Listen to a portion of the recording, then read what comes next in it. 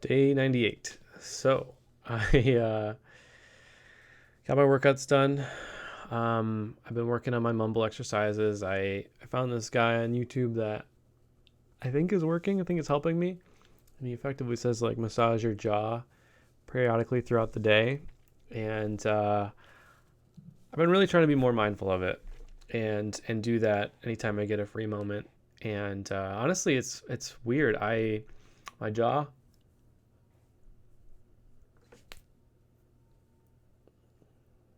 Look at that.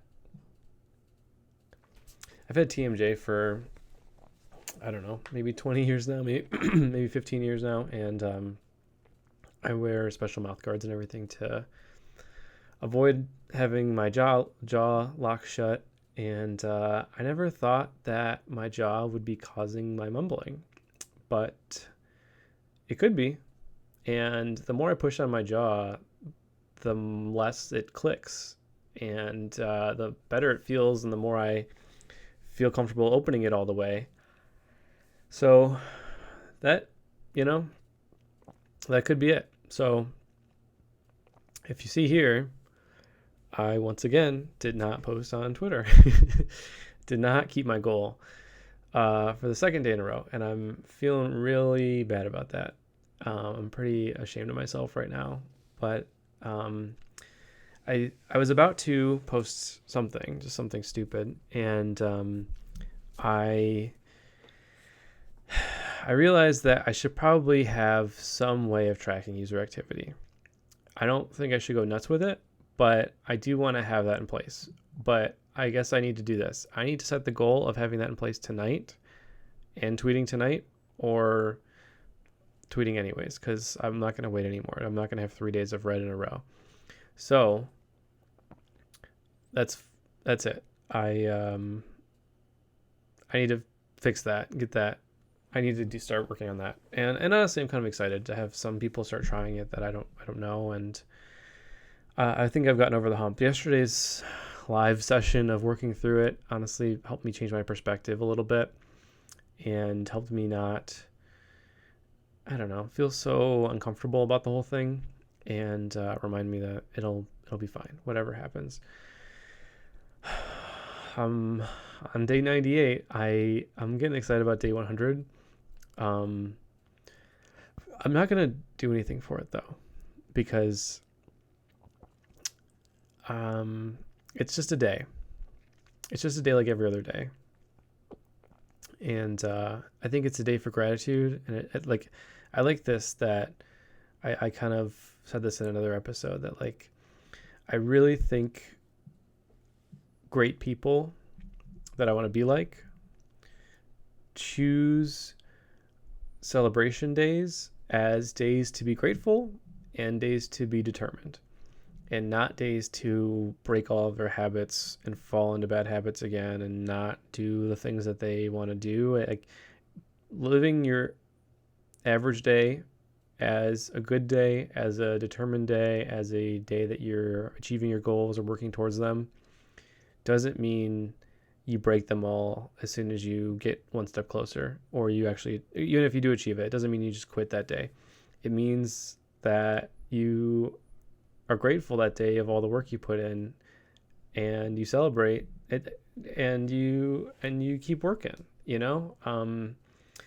my therapist turned me on to this, that like, because I was having this discussion with her too, and it's funny, what do we do on our birthdays and on holidays? What do? We eat really bad food usually. We try to make the day all about us. We try to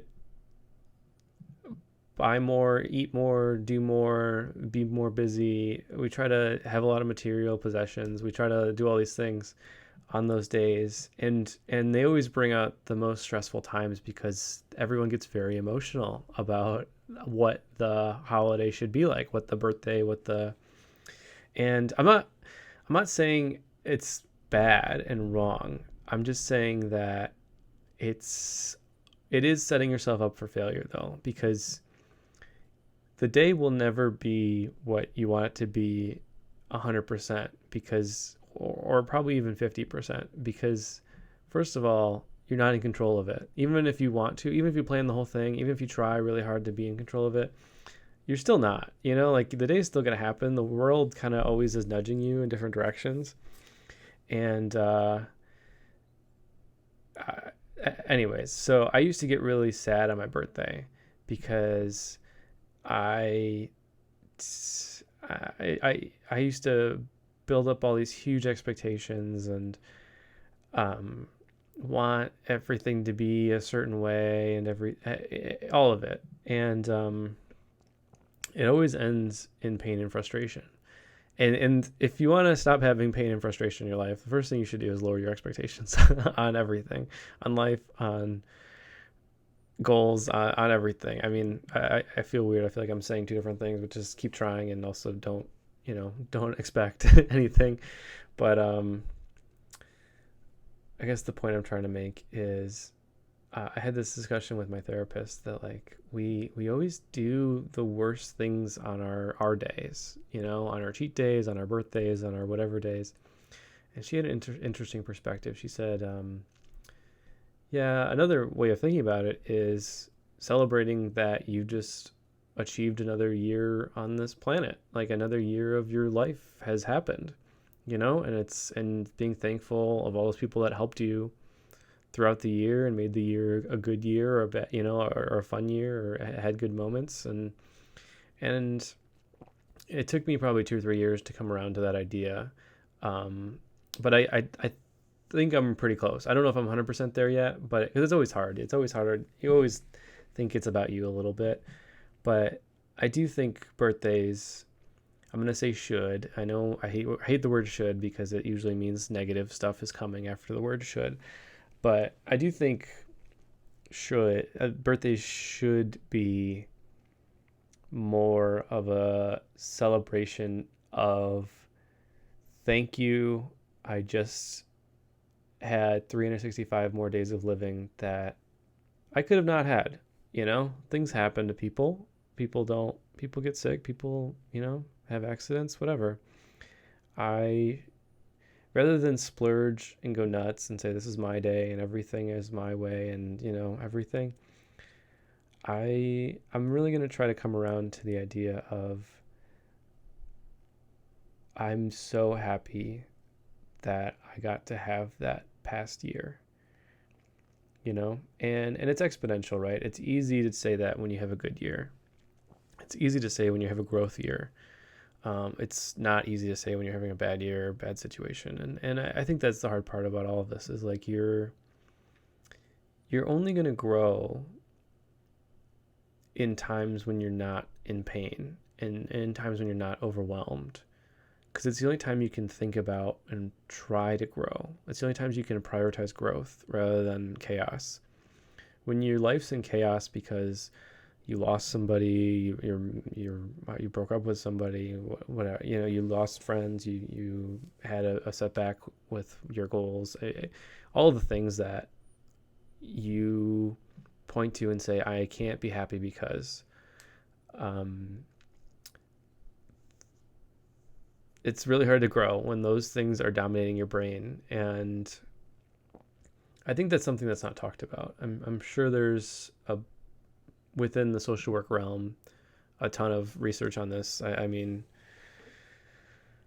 I guess I'm getting into the social determinants of health thing, that certain people can't really grow very much or very easily because their life is kind of always in chaos as a result of external forces, and maybe some internal forces too, but they just don't have the resources to work on growth. But all I'm trying to say is, if you do have the privilege, and it is a privilege because there's probably a good half or 75% of the world that cannot focus on growth this year. I would argue if you're listening to this and you're listening to this to focus on growth, birthdays, celebrations, episode 100, it should be a celebration that I have enough, that I have enough to take the time to make 100 episodes, or I have enough to watch this episode. I have enough to think about me in a productive way, not in a selfish way. And I think once again, that's what this year's been about for me, is having that privilege, gaining that privilege, maybe I dare say earning that privilege. I don't know. It's been a lot of forces that have all collided to give me this opportunity, and I think that's a more useful way. There's a lot of betters and bests. There's a lot of ways to say it, but I think more useful is the way I'd like to phrase it. I think it's a more useful way to use that achievement. I'm going to take this achievement and I'm going to be so thankful and grateful that I've had the privilege to work on it, to have the time, to have the energy, to have a brain. It's when you're listing out your things you should be thankful for, you should never run out. I'll say should. I'm not supposed to say should because it's usually negative and it makes you feel bad if you do run out. But the whole point is there is unlimited reasons to be grateful or thankful. Unlimited.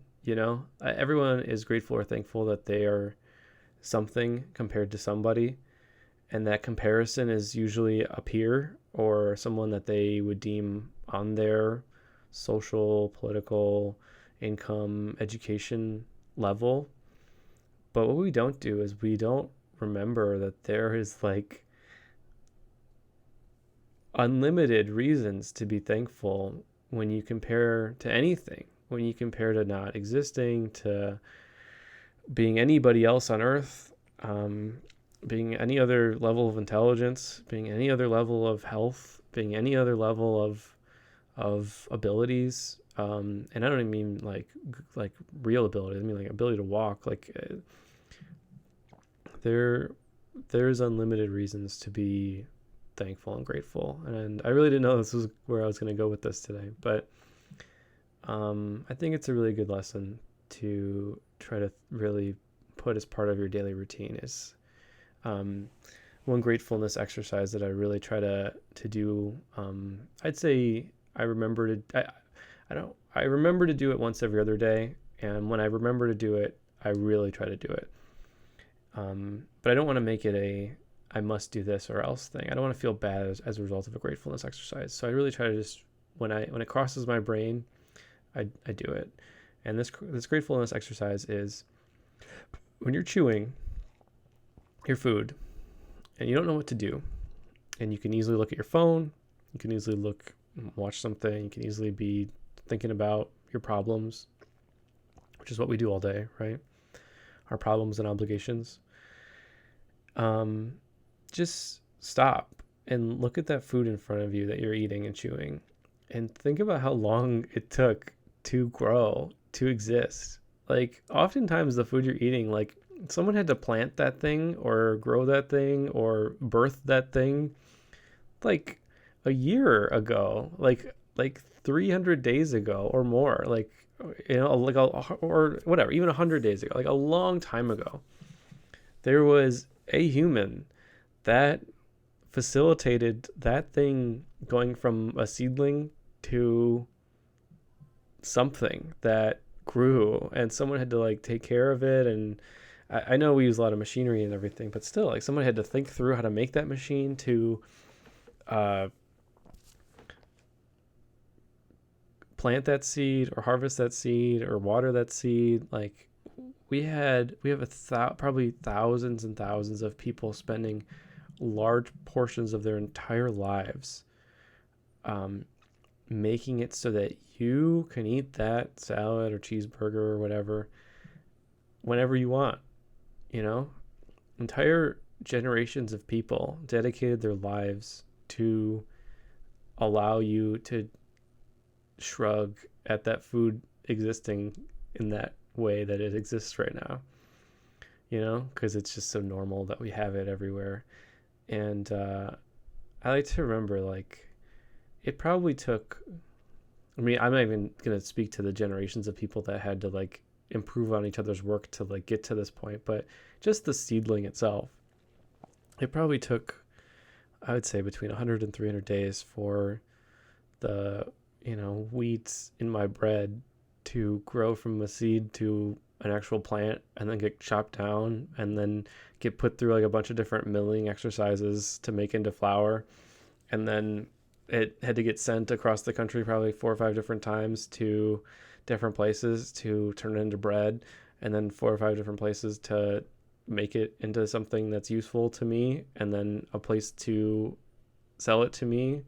Like, I, I'm sure I'm not explaining this well, but I think it really helps me go from chewing and worrying, chewing and having anxiety, chewing and thinking about the next thing I'm going to eat or do or try or need, and just go, man, I can't believe I'm putting this in my mouth, and it's nothing. Like, so many things had to come together for this thing to be in my mouth right now, and I think nothing of it, and I think that's just a really easy way to, like, be grateful from zero, you know like, at this point I just went from chewing and thinking, cool, that's a cheeseburger. I don't like it's a boring, stupid cheeseburger, to going like, thank you for creating wheat.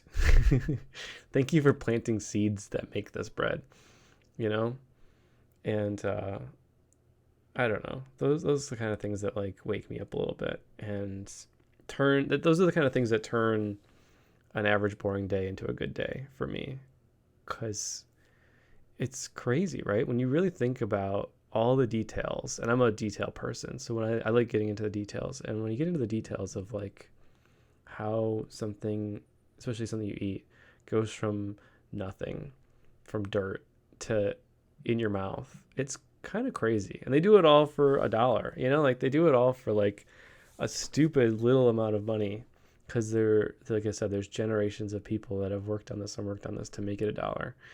And the hard part is, it's so normal that we don't care, it's like, it's crazy how normal that is. So I think I've been a little bit around the world here today, but my point is, I'm really going to try to have more celebration days instead of me days when a holiday or an achievement rolls around, and be thankful for all of the little intricacies that allowed me to have that day, rather than say that day must be a certain way or else, So, episode 100, we're just going to have a day. It's going to be a good day, because every day is a good day, Every day is a good day when people are planting seeds for you and then selling it to you for $1, already made perfectly and everything. So, well, I think that's all I got today.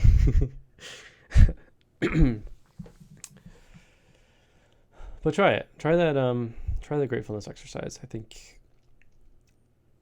there's something about chewing it and thinking about how it got to your hands or your mouth. Like, I don't know. It's like all of your stimulus. It's like stimulating all of the parts of your brain at the same time, because you're feeling, like, introspective, intellectual, and also you're feeding the reptile brain simultaneously. So it's like everyone's happy, and it's just like a really cool moment to have, every other day at lunch. So I would encourage you to try it.